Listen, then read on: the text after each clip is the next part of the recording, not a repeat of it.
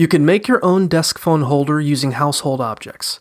There are 4 different methods to choose from, using a paper clip, 2 binder clips, a cardboard tube, or a plastic card. For the paperclip method, find a minimum 2.5-inch long paperclip, straighten it out, bend it into thirds, fold the tips up at 90-degree angles, and bend the shorter edges into 90-degree angles. Place your phone horizontally on the stand.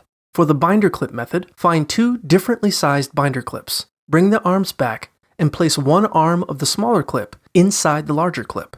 Position your phone horizontally on the smaller binder clip. You can also attach a third binder clip to the big clip for vertical phone placement. For the cardboard tube method, flatten the tube, mark a line across the middle, draw a diagonal line from the center to a corner, mark the thickness of your phone, and cut along the lines.